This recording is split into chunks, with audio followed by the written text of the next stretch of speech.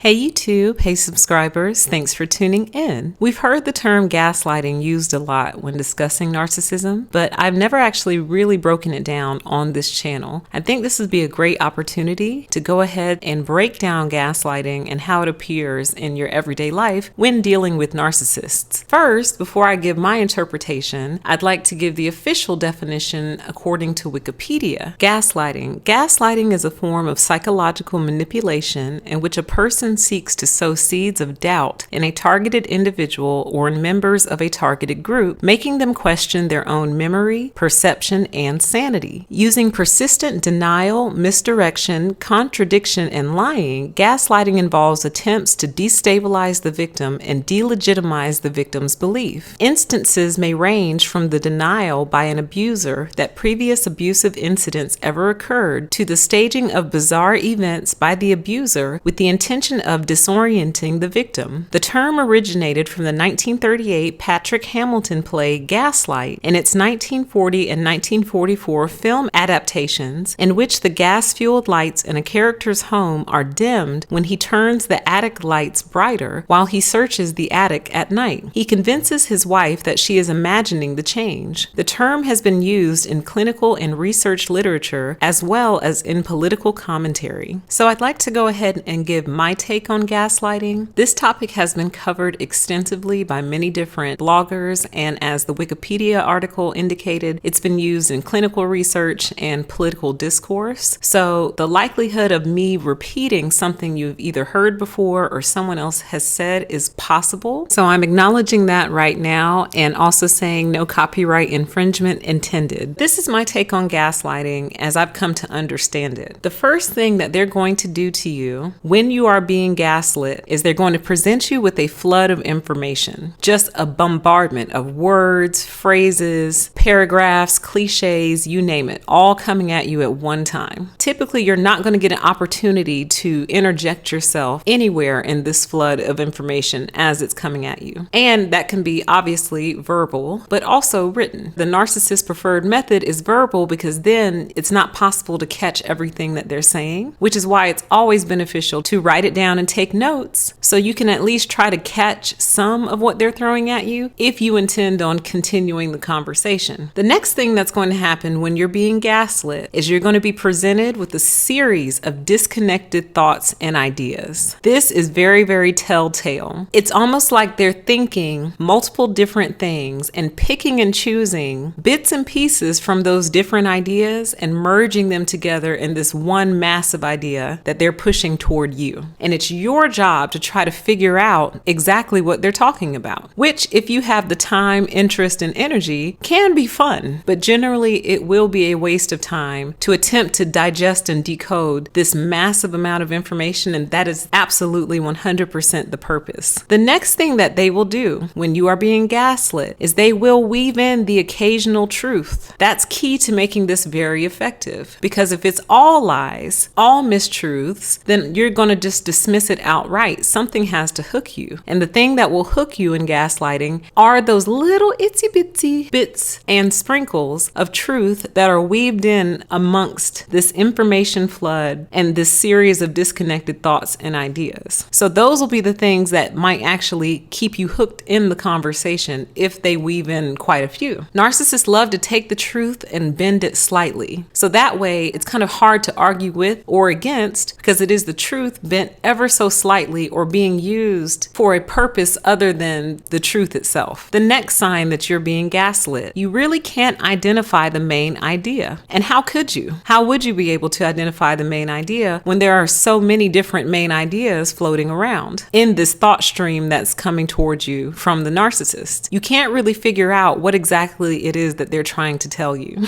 So you usually sit there looking dumbfounded and perplexed because you're trying to figure out, what are they getting at? What exactly are they trying to say to me? The next sign that you're being gaslit is there'll be multiple assumptions, accusations, and flat out lies mixed in with the truth and all the disconnected ideas. If the truths that they've mixed into the gaslighting don't work, the assumptions, accusations, and flat out lies will. And like I said in the video, the 5 stages of narc anger, it's very hard not not to defend yourself against things that are not true. It's very hard to just hear a lie or hear a misinterpretation and not get caught up trying to defend yourself or trying to explain yourself. It's very hard. Everybody wants to be understood. So when you can see that you're actively being misunderstood, your natural instinct is to try to correct what's not correct. That's natural instinct. However, if you can resist the urge to do that, you'll get to see the full extent of how far they're willing to go to throw you off and confuse you and disorient you if you don't get tangled up into the gaslighting, which it can be very hard until you recognize it. Once you recognize it, it's very easy to just ignore it because it's ridiculous. We owe each other the respect of conversation, which is very back and forth. We owe each other the respect and the right to ask questions during conversations and have answers, direct answers, given to direct questions. But that is not the intent of gaslighting. The intent of gaslighting is not a conversation. It's to throw you off, keep you off base, make you uncertain, make you unsteady on your feet and in your mind. That's the purpose. The purpose is not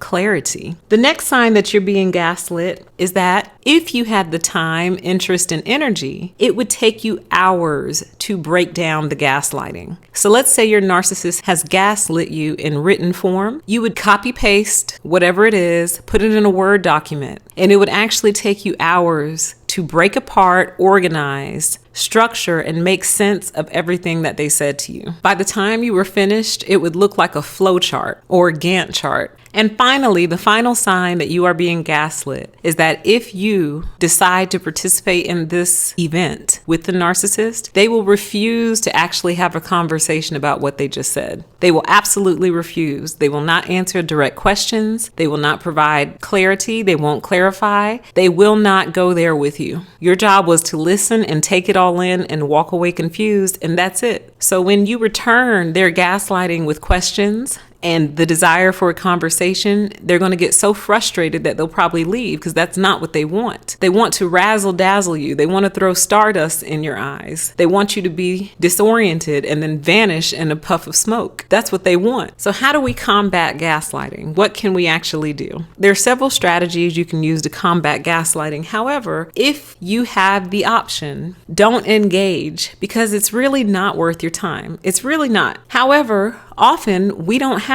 the option to not engage. Sometimes you have to engage, and there's many different reasons why. So for those of you who have to engage with people who like to gaslight you on a regular basis, here are some tips and some strategies to help you with that. Number one, always take notes. And if they'll let you, offer to record the conversation and put it on you. Say, listen, I get very confused very easily. Do you mind if I record this so I can play it back and just make sure that I understand later? Is that okay? Can I record this meeting? Just make sure so you can listen back at your own pace, pause, think about what was said, come up with a question if you have one. If not, continue to try to digest this information. Ask to take notes, or ask to record. It is illegal in some states, countries, and jurisdictions to record people without their knowledge. That's why I encourage putting your phone right in the middle of the table with the recorder going. Because typically what will happen after that is they're no longer interested in the conversation. They're not going to sit there and gaslight you on a recording. That's one way to prevent them from gaslighting you, is to offer to record, do it openly. But if they're not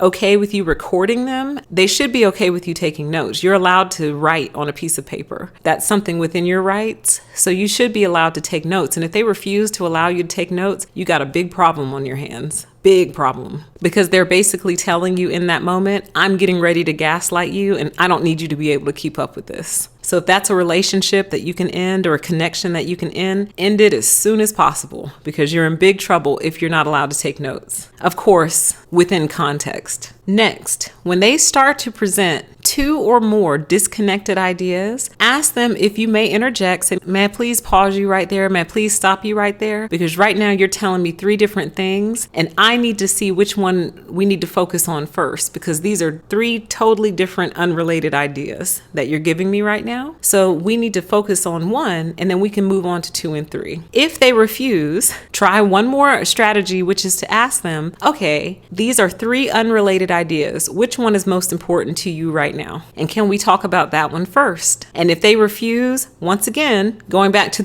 if they refuse to let you take notes, if they refuse to slow down, clarify their thoughts, focus their thoughts, and discuss this with you in order of importance, or at least one by one, run. This is a person who's trying to confuse you. And you have to ask yourself, why would this person be trying to purposely confuse me? Why? And for me personally, that makes me feel somewhat unsafe, because you are trying to make me uncertain in my own mind. If you're successful, what is the next step? Something makes me very uncomfortable about it. Next, when they start to present you with assumptions, accusations, and lies, once again, ask if you may interject and say that's an assumption. You're assuming that, and kind of start every single one that you hear pointed out and show them where they are making assumptions, address the accusations, and if they keep lying or telling flat out lies, end the conversation altogether. Say, I'm not going to sit here and entertain lies with you. You're not telling the truth. That is a lie. How can we have a conversation when what you're saying is not true? That's creating artificial reality. And I'm not going to sit here and create artificial reality with you. We're going to speak in truth and discuss what really happened or what really is, or we're not going to talk at all. I'm not going to play make-believe with you. Finally, if they just flat out refuse to discuss any of the above with you, if they refuse to have a conversation, they refuse to let you ask questions, they refuse to provide direct answers to direct questions, then say, you know what? It just doesn't appear that you're ready to have this conversation with me right now. So I'm going to take my notes and I'm going to go look at what you said. Hopefully, when you're ready, we can have this conversation, but I want to let you know that we can't move forward until we talk about this. So we can either talk about it now, or we just won't be moving forward from this point. Again, obviously it depends on who you are, where you are, who they are, where they are, the context of the situation, all of those different things. And if you're not able to speak up and have a voice in the conversation due to power dynamics or whatever, hopefully this video helps you at least identify what's happening to you, so you know that you're not crazy. You have a right to ask questions. You have a right to ask that information be presented to you in a way that is logical and makes sense. You have a right to have a dialogue with this person.